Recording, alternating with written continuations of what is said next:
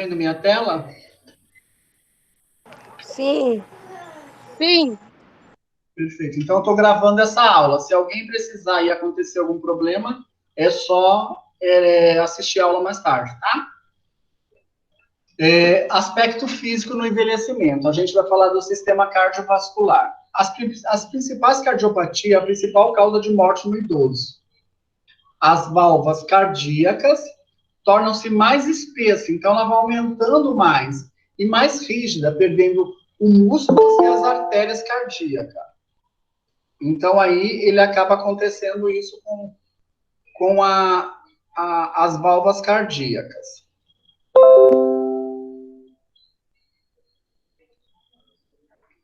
Para se calcular a frequência cardíaca máxima para uma pessoa idosa, deve-se usar a seguinte relação: 220 menos a idade em anos.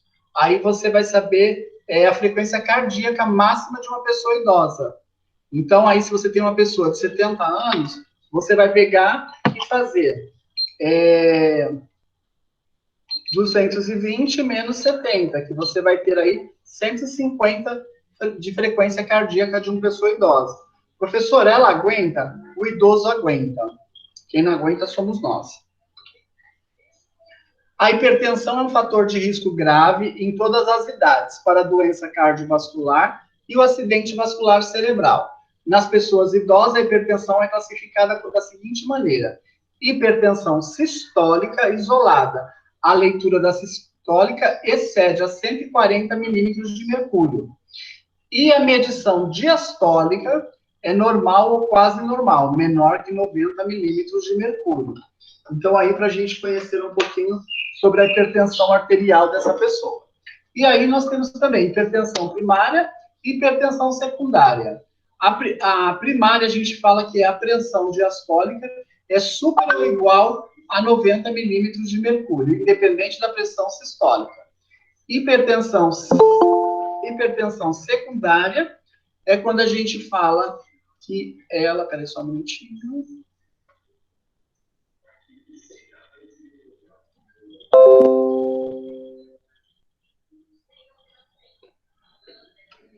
Pode ser atribuída a uma causa subjacente, né? Alguma doença aí que a pessoa tenha, e aí sucessivamente. A disfunção cardiovascular pode se manifestar como insuficiência cardíaca congestiva, doença da artéria coronária, arteriosclerose, hipertensão, claudicação intermitente, que é uma dor na perna, causado por uma deambulação. Por ele andar, ele sente uma dor na perna e começa aí a claudicar. Doença vascular periférica, hipotensão ortostática, disritmia, acidente vascular cerebral, derrames, infarto agudo, né, do miocárdio, que são os ataques cardíacos. E aí a gente consegue. E aí a gente fala como promoção de saúde. A saúde cardiovascular pode ser promovida através do exercício regular de dietas adequadas, controle do peso, medições regulares da pressão arterial, gerenciamento do estresse e cessação do tabagismo. Então, aí, quando a gente fala de promover a saúde desse idoso.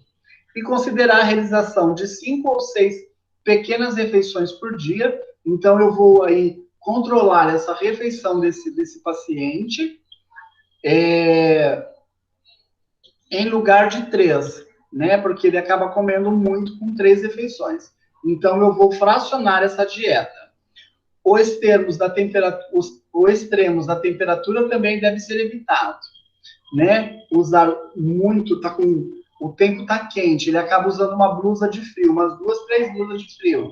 A gente tem que visualizar isso e falar para ele, tá? Alterações anatômicas, anátomo-fisiológico do envelhecimento, frequência cardíaca em repouso, normal. Frequência exercício, diminui. Complacência ventricular, diminui. Volume sistólico, diminui. Volume diastólico também diminui. Débito cardíaco diminui. Consumo de oxigênio também diminui. A pressão APA aumenta, tanto em repouso quanto em exercício. Cerca de 10 a 40 milímetros de mercúrio, tá? Então, aí para vocês verem. Lembra-se que quando fica idoso, tudo diminui. Só a PA que aumenta. Entenderam esse trocadilho?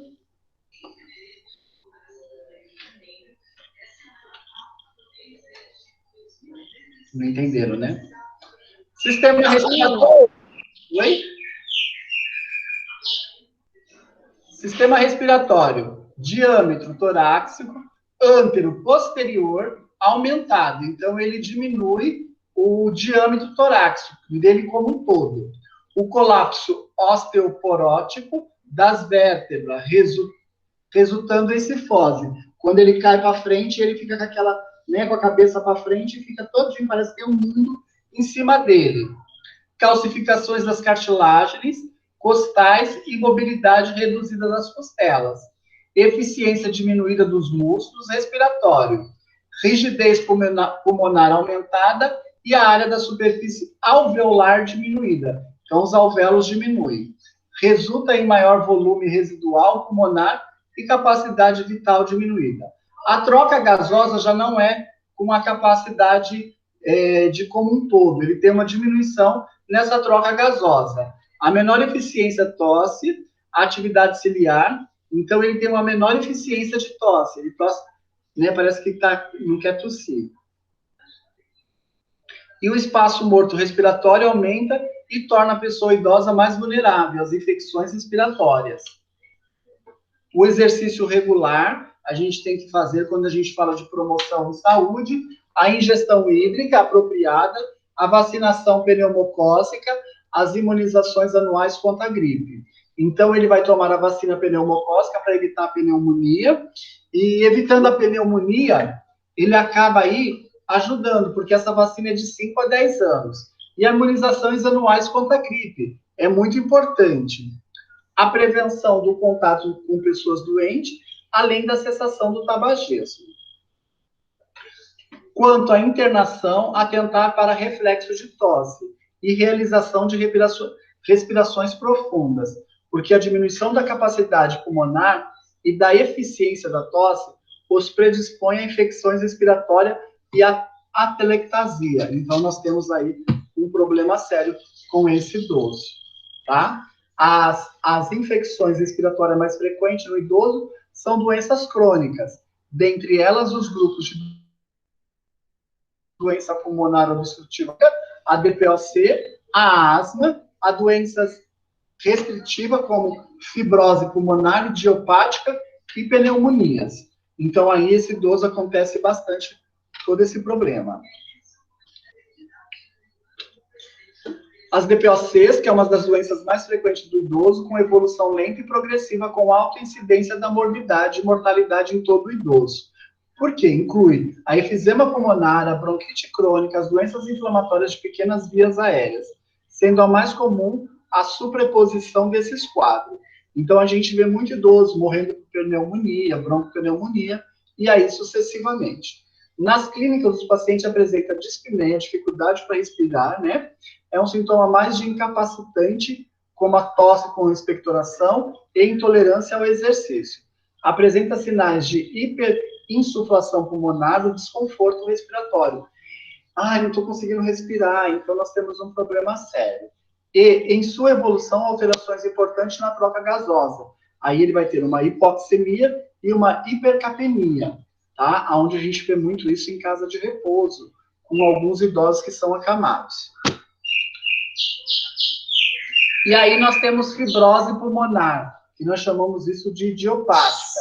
A fibrose pulmonar é uma doença com a maior frequência, na quinta e na sexta década, 50 e 60 anos de vida, e se caracteriza pela fibrose das paredes alveolares, geralmente desencadeada por um processo inflamatório crônico.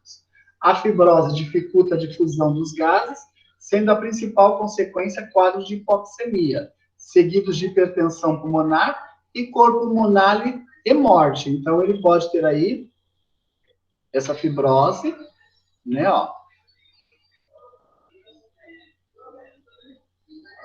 Ele tem essa fibrose, né, e ele pode levar à morte. Pneumonia, lembrando lá de clínica médica, a pneumonia é uma inflamação, é uma reação inflamatória do parênquima pulmonar, decorrente de uma agressão por micro-organismo, isto é, bactérias, fungos e vírus. Então, eu posso ter pneumonia por bactéria, fungos e vírus.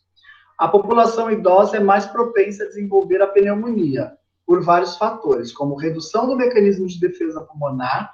Então, quando ele tem essa redução, ele fica mais suscetível às doenças. Presença de doenças pulmonares concomitantes, como já teve bronquite crônica, efizema, restrição no leito, devido a sequelas de acidente vascular cerebral, demência em estágio avançado, pós-traumatismo e quadro de broncoaspiração. Esses idosos acabam broncoaspirando muito, e aí a gente acaba visualizando tudo isso. A pneumonia constitui a principal causa de mortalidade por doenças infecciosas e paciente idoso. Quando a gente fala aí desses pacientes, nós estamos falando que ele acaba evoluindo muito, Klaus, muito para a pneumonia. Geralmente, todas as vezes você acaba visualizando que eles tiveram pneumonia. Quase sempre a gente acaba visualizando isso desse idoso.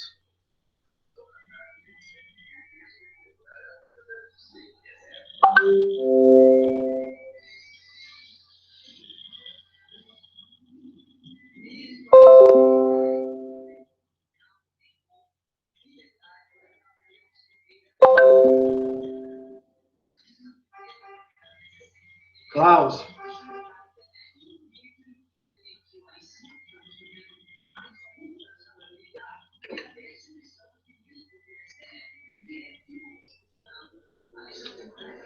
Sistema tegmentar. A epiderme e a derme tornam-se mais finas, então ela fica bem fina. As fibras elásticas sofrem uma redução em seu número de colágeno, torna-se mais rígido. O tecido adiposo subcutâneo diminui principalmente nos membros. Quantidades diminuídas dos capilares. Tira esse chinelo ali, fica com essa. Na pele, quantidade diminuída de capilares na pele resulta de aporte sanguíneo diminuído. Essas alterações provocam a perda de elasticidade e o enrugamento e o arqueamento da pele. Então, quando vocês fazem aqui, vocês vão ver que o idoso está com a pele bem seca. Então, é um problema aí. E aonde ele acaba tendo uma descamação muito grande. Por quê? De reter a umidade, acaba ficando seca e escamosa. Então, a gente vê aí que esse paciente acaba tendo essa pele mais ressecada, tá? Então, a gente acaba visualizando isso com este idoso.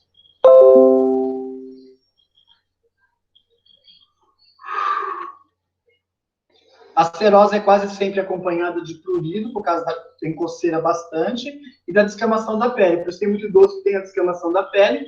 E o que eu tenho que fazer? Eu tenho que hidratar essa pele. É muito importante eu passar bastante hidratante na pele.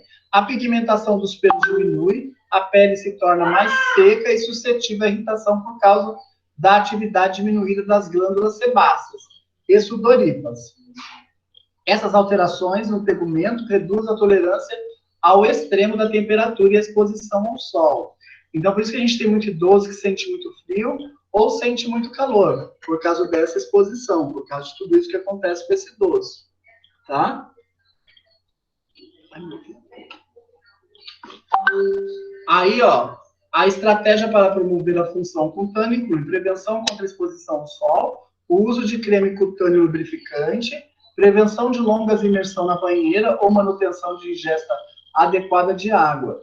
Então, deixar de ficar muito tempo no banho, na banheira, no chuveiro e aí sucessivamente. O uso de protetor e bloqueador quando se exposto ao sol após o sol da manhã. Então, é importante usar. Não é que eu não vou deixar mais meu idoso não tomar sol, é importante eu deixar ele tomar sol. O sistema reprodutor. A produção ovariana do estrogênio e progesterona cessa com a menopausa. Risco aumentado para osteoporose. Então, essa idosa aí acaba tendo risco aumentado para a osteoporose. Por qual motivo? Por ela estar aí propensa a não ter a calcificação correta, né? Os osteoclastos e o osteoblasto, ele acaba não fazendo o que ela precisa por causa desses hormônios, né? E aí o corpo vai absorver mais. As alterações que ocorrem no sistema reprodutor feminino incluem o adelgaçamento da parede vaginal. Então, ele fica meio que mais pequenininho, faz um estreitamento no tamanho e a perda de elasticidade. A redução da secreção vaginal e ressecamento vaginal e prurito. Tem mais coceira, né? A acidez diminui. Então, quando a gente fala isso, nas glândulas de Bartolin, onde a mulher tem uma diminuição das glândulas de Bartolin. Essas glândulas de Bartolin é o que umidifica a vagina da mulher. Então, quando ela acaba com essa glândula de Bartolin, ela acaba aí não tendo mais lubrificação. Não é por causa disso que ela vai deixar de fazer sexo. E nós temos que orientar ela a usar lubrificantes vaginais, né?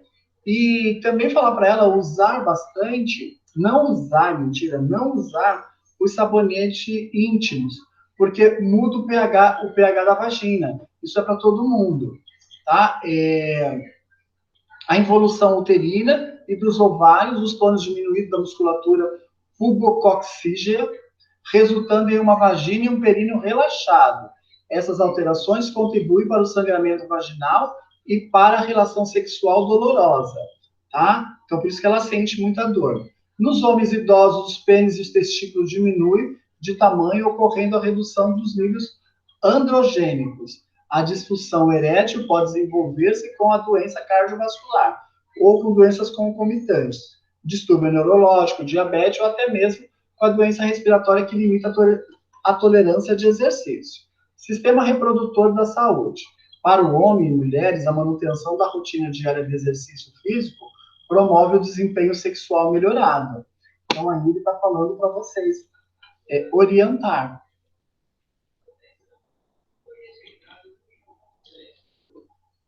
Sistema gênito-urinário. O sistema gênito-urinário continua a funcionar adequadamente nas pessoas idosas, embora exista uma diminuição na massa renal, principalmente por causa de uma perda de néfros. Então, essa massa renal, ela diminui. Então, por quê? Perdeu seus néfros. Então, esse problema maior. As alterações na função renal incluem a redução da taxa de filtração, função tubular diminuída com a menor eficiência na reabsorção e na concentração de urina e uma restauração mais lenta do equilíbrio, ácido básico em resposta ao estresse. Com frequência, as mulheres idosas sofrem incontinência por estresse ou por urgência. A hiperplasia benigna de próstata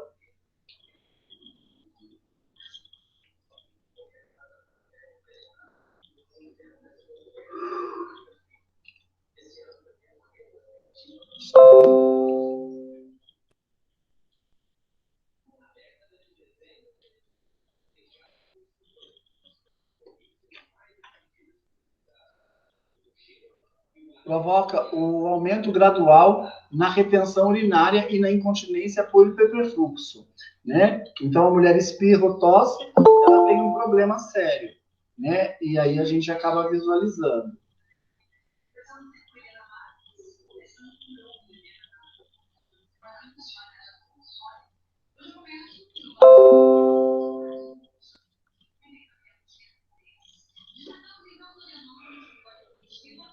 O consumo adequado de líquidos é importante para reduzir o risco de infecções vesicais e de incontinência urinária. Outros hábitos saudáveis compreendem ter acesso imediato às instalações sanitárias e realizar as micções a cada 2 ou 3 horas enquanto acordado. As infecções do trato urinário são prevalentes em mulheres idosas. O motivo inclui o efeito de estrogênio diminuído, que encurta o comprimento uretal e possibilitando a passagem mais fácil da bactéria para dentro da bexiga, por menor consumo total de líquido, o que gera uma urina concentrada e que as bactérias podem proliferar. E a introdução da bactéria a partir do reto, com consequência uma higiene íntima deficiente secundária, a mortalidade prejudicada em alterações articulares. Então, nós também temos pessoas aí com bastante problema de infecção urinária, do trato urinário. Perfeito? Sexualidade na terceira idade. Nos últimos anos vem ocorrendo uma revolução na concepção e na prática da sexualidade, o que tem se refletido de forma indiscutível na terceira idade. Alguns fatores tiveram influência direta no processo, sendo 3 a mais importante. Primeira, a vida sexual deixou de ter apenas a função de procriação, para se tornar uma fonte de satisfação e realização de pessoas de todas as idades. Então, ele tem o direito de fazer sexo independente. 2, o aumento notável e progressivo das pessoas que chegam a uma idade sempre mais avançada em condições psicofísicas satisfatórias e não em disposição de reunir a vida sexual. 3, o aparecimento da AIDS obriga todos a repensar na sexualidade, reforçando a necessidade de informarem e se falarem mais abertamente sobre o sexo.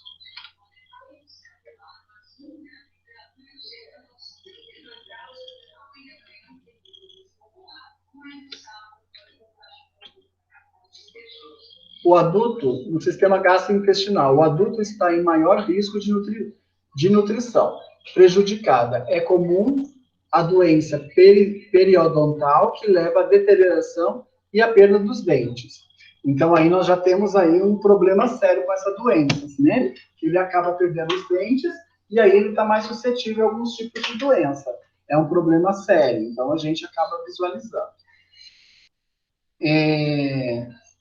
Com a frequência, as principais queixas são sensação de plenitude, de peso no estômago, né, pirose, como azia e indigestão.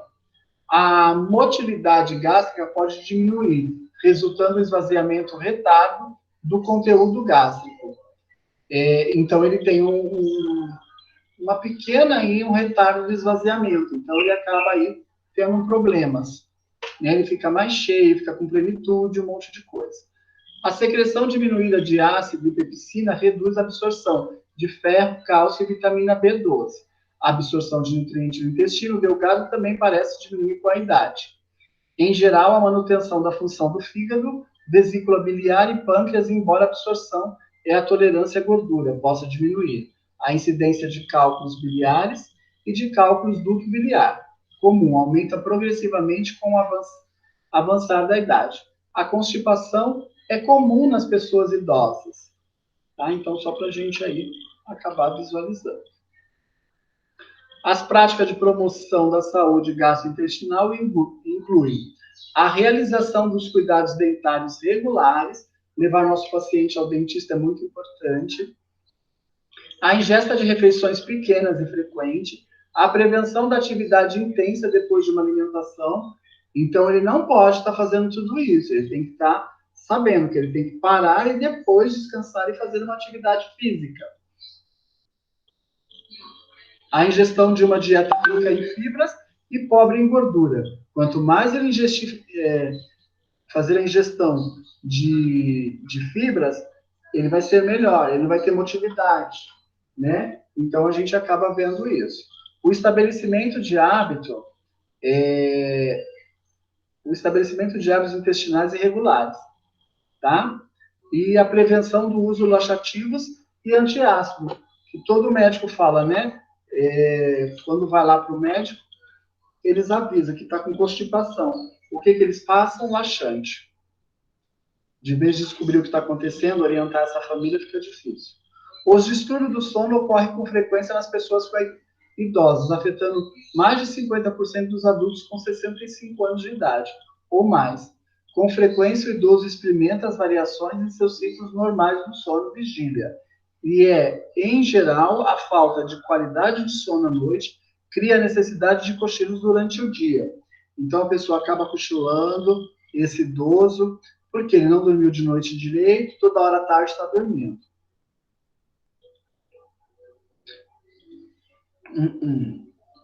Com frequência, o idoso experimenta a variação dos ciclos normais do sono e vigília. Em geral, a falta de qualidade do sono, né, cria-se a necessidade de cochilos durante o dia. Então, ele acaba dormindo muito. Pode-se recomendar comportamentos prudentes de higiene do sono, como evitar cochilos durante o dia, ingerir um lanche leve antes da hora de dormir e diminuir o intervalo total no leito para ajustar-se ao menor número de horas do sono necessário comparados a quando o paciente era mais jovem. Então, geralmente acontece muito isso, tá? A perda da densidade no sistema muscular e esquelético, quando a gente fala dessa densidade óssea, que ele diminui, aonde a gente tem a osteoporose, que afeta homens e mulheres e idosos, mais prevalente em mulher pós-menopausa. Essas condições também observa em homem idoso, que estão recebendo tratamento hormonais para o câncer de próstata. Então, nós temos um problema aí que acaba acontecendo. O risco de uma fratura em consequência de reabsorção óssea é particularmente alto para a porção dorsal das vértebras, o húmero, o rádio, o fêmur e a tíbia. Ocorre uma perda de altura em um período mais avançado da vida. Então, ele vai diminuindo o idoso, né? O músculo diminui de tamanho e perda força de flexibilidade e resistência como atividade diminuída e a idade avançada. A partir da meia-idade, a cartilagem das articulações deteriora progressivamente. Então, a gente acaba vendo, olha aí o que acontece. 55, 65 e 75 anos.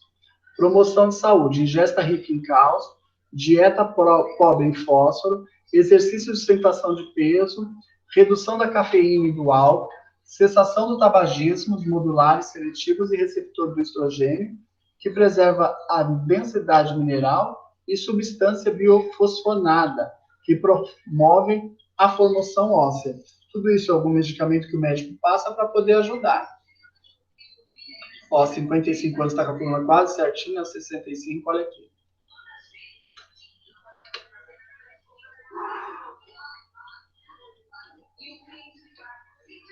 Sistema nervoso. A estrutura e a função do sistema nervoso modifica com o avançar da idade. Uma redução no fluxo sanguíneo cerebral acompanha alterações do sistema nervoso. A perda de células nervosas também é outro problema sério, que contribui para a perda progressiva da massa cerebral. E também estão reduzindo a síntese e o metabolismo dos principais neurotransmissores. Então, ele deixa de fazer. Eu engordei, não vou ficar emagrecendo mais. Tá? As perdas da célula contribuem para uma perda progressiva da massa cerebral e também estão reduzindo a síntese do metabolismo dos principais neurotransmissores. Com impulsos, nervosos são conduzidos de forma mais lenta. As pessoas idosas levam mais tempo para responder e reagir ao sistema nervoso autônomo, como agem de maneira menos eficiente, podendo acontecer hipotensão postural, como se faz perda da consciência, ou sinta tonteira, ou levantar com rapidez. Todo mundo que levanta com rapidez pode sentir uma tontura, o idoso muito mais. Um tempo de reação retardo coloca a pessoa idosa em risco de quedas, lesões, incluindo erros na direção de veículos automotores. Então, por isso que tem que rever a carteira deles, de tempo em tempo. Sistema sensorial, a perda sensorial com o envelhecimento afeta todos os órgãos sensoriais e pode ser devastadores para a pessoa que não consegue enxergar para ler ou para a televisão, ouvir suficiente, a conversação, para se comunicar e discriminar suficientemente bem o paladar para apreciar o alimento. Então, ele começa a perder as papilas degustativas. Acontece muito isso com essas papilas degustativas. Então, este paciente, ele acaba diminuiu essa papila. Ele não vai sentir mais gosto. Alimentação saudável para pessoa idosa, alimentação específica, prática corporal e atividade física, sugere a partir dos 30 minutos de prática corporal. Atividade física regular, ao menos 3 vezes por semana. Deve-se considerar vários aspectos, como prazer em estar realizando esta ou aquela atividade, sua necessidade física, suas características sociais, psicológicas e físicas. E aí podemos fazer os trabalhos em grupos, que acontece muito, a caminhada da terceira idade, tem um monte de coisa que acabam fazendo. Quando eu tenho mais pessoas idosas, a gente acaba andando em grupo, isso é muito importante. Possibilita a ampliação do vínculo entre a equipe e as pessoas idosas, sendo um espaço complementar à consulta individual e as trocas de informações, oferecimento de orientação e educação em saúde. Então, tudo isso a gente acaba. Esses hábitos alimentares vão ajudar muito para a gente. E aí a gente entra na violência intrafamiliar e maus tratos. É difícil a gente agora falar sobre isso. A violência contra idosos se manifesta de forma estrutural, que ocorre pela desigualdade social e a naturalizada nas expressões de pobreza, da miséria e da discriminação. E a gente fala, como que é isso? A interpessoal, que se refere à relação dos cotidianos. Com quem que esse idoso se comunica, se faz tudo isso? É mais com os familiares, com os netos, né? Porque os pais ainda continuam trabalhando, um monte de coisa. Quando eu tenho um paciente institucionalizado, que reflete a aplicação de omissão das gestões das políticas sociais e pelas instituições de assistência. Então, quando eu tenho um paciente institucionalizado, quando a gente fala disso, nós falamos aí que esse paciente, ele acaba ficando triste, porque ele queria estar na casa dele, ali não é a casa dele, um monte de coisa. Então, ele acaba ficando mais triste. A violência intrafamiliar é importante e representada da violência interpessoal. Então, nós temos aí um problema sério. Aí nós vamos ver os tipos de violência. Violência física é aquela violência que a gente acaba batendo, fazendo alguma coisa. Violência sexual, que tem jovens que tentaram por idosos, tá? Violência psicológica, né, aquela que a gente faz. Você tá velho, você precisa mais viver, né? Ou, pra que tá saindo no ônibus essa hora? Podia estar em casa, dormindo, fica aqui enchendo o saco de quem vai trabalhar. Então, nós temos isso. Violência econômica, ou financeira, ou patrimonial. É aquela quando alguém cuida da aposentadoria desse idoso ou dessa idosa, e eles acabam mexendo no financeiro dela. E ela acaba não entendendo quanto que ela ganha. Violência institucional, onde a gente tem violência em algumas casas de repouso, né? O abandono, a pessoa foi para uma casa de repouso, a gente acaba abandonando, e a negligência, né? Quando a gente está pecando aí e não podemos. A autonegligência, todo caso suspeito ou confirmado de violência contra a pessoa idosa deve ser notificado, utilizando a ficha de notificação e investigação individual. Violência doméstica, sexual e outras violências. Então, nós temos aí uns paralelos. Perfeito? Avaliação global, avaliação de pessoas idosas no serviço de atenção básica, tem por objetivo a avaliação global, com ênfase na funcionalidade. O idoso, a gente precisa avaliar ele. Essa atenção básica precisa conhecer esse idoso, para a gente fazer uma avaliação funcional, né, de funcionalidade. Eu tenho um funcionário que está idoso, eu também tenho que ver isso. Eu também tenho que fazer essa avaliação de funcionalidade.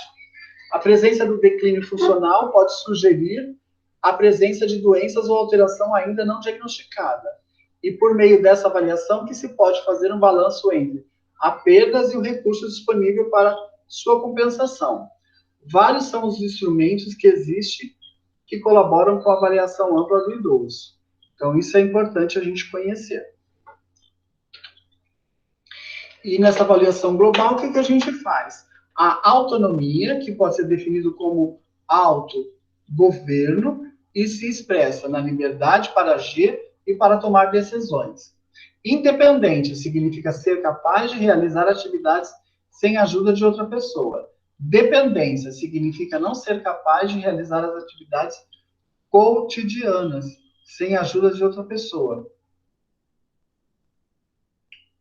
Qual que é a sua responsabilidade perante a seu idoso? Então, aí, nós temos.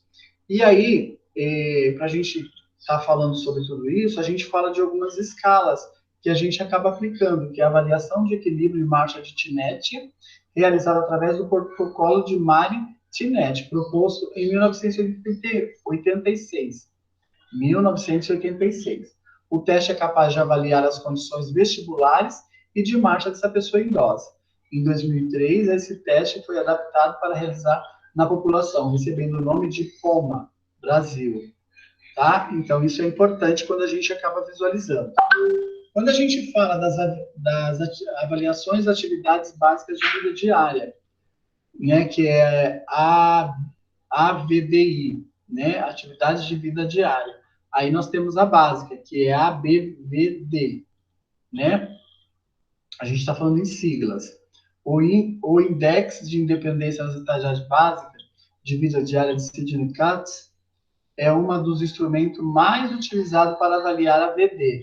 Avalia a independência no desempenho de 6 funções. Ele consegue tomar banho? Ele consegue se vestir? Ele consegue ir no banheiro sozinho? Ele consegue fazer a transferência de uma pessoa para outra? Não tem continência urinária? Tá? Classificação da pessoa idosa como independentes ou dependentes. E aí nós temos outra avaliação, que é a avaliação das atividades e instrumentos de vida diária, de Layton, de acordo com o grau de limitação apresentado para o desempenho das ABDIs, é possível determinar se a pessoa idosa é ou não capaz de se manter sozinha. 9 funções são avaliadas: usar o telefone, ir à escola distante, usar algum transporte sem necessidade de planejamento específico, fazer compra, preparar suas próprias refeições, arrumar a casa e fazer os seus trabalhos, manuais e domésticos, como pequenos reparos, lavar a louça, seu copo, sua roupa e tornar os remédios na doses e horários corretos, cuidar das suas próprias finanças. Então a gente fala que esse idoso ele precisa fazer essas atividades de vida diária. Quando a gente fala aí,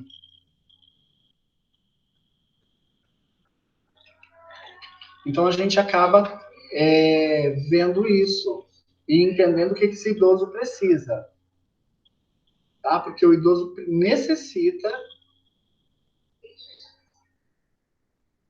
tá? Então a gente acaba aí visualizando tudo isso nesse idoso.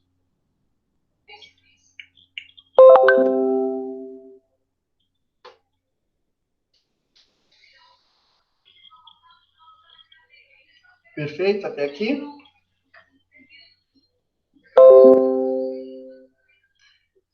Gente, eu não sei se vocês repararam que aqui, ó, a partir dos slides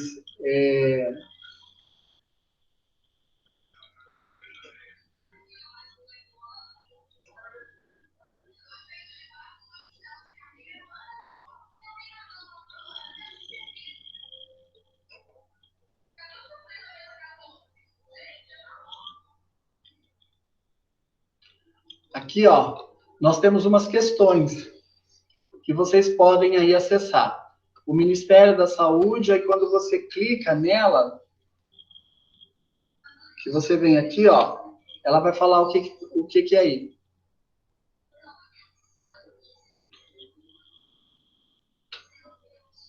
As condições vacinais do idoso, aí vem as respostas. Como a vacina pneumocócica ou a dupla DT. Tá? Então aí tem alguns exercícios que eu passei para vocês. Só para vocês trabalharem um pouquinho. Eu mandei esse PowerPoint para vocês, né?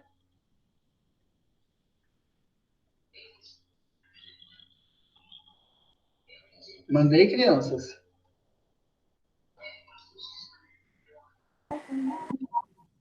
Não, professor. Mandei, eu tenho certeza. No grupo de vocês. Espera aí que a gente já vai ver.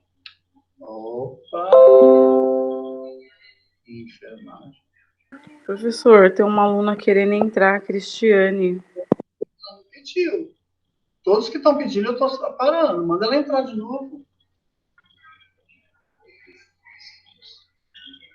Manda ela pedir. Eu escuto na hora e já autorizo.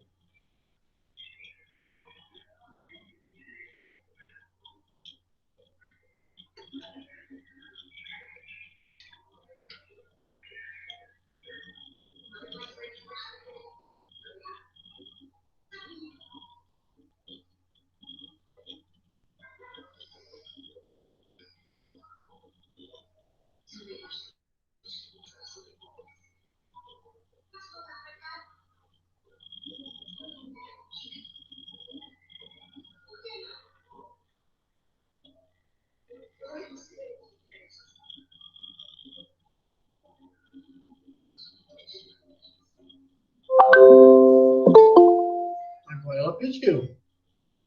A Bruna. É a Bruna? Não, é a Cristiane. Acho que agora a Bruna. Mas tem a Cristiane, professor. Ela não tá pedindo para entrar, porque eu tô aqui, ó. Todos que estão pedindo, eu tô autorizando a entrada.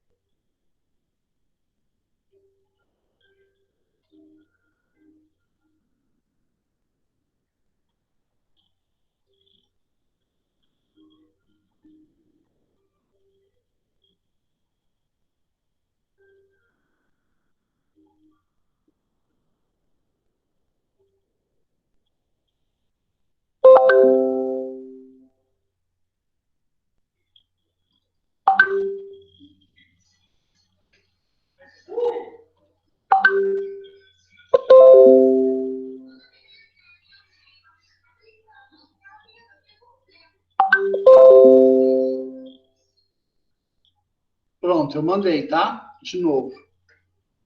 Tô vendo se eu mandei pro grupo certo. Veja lá no Zap.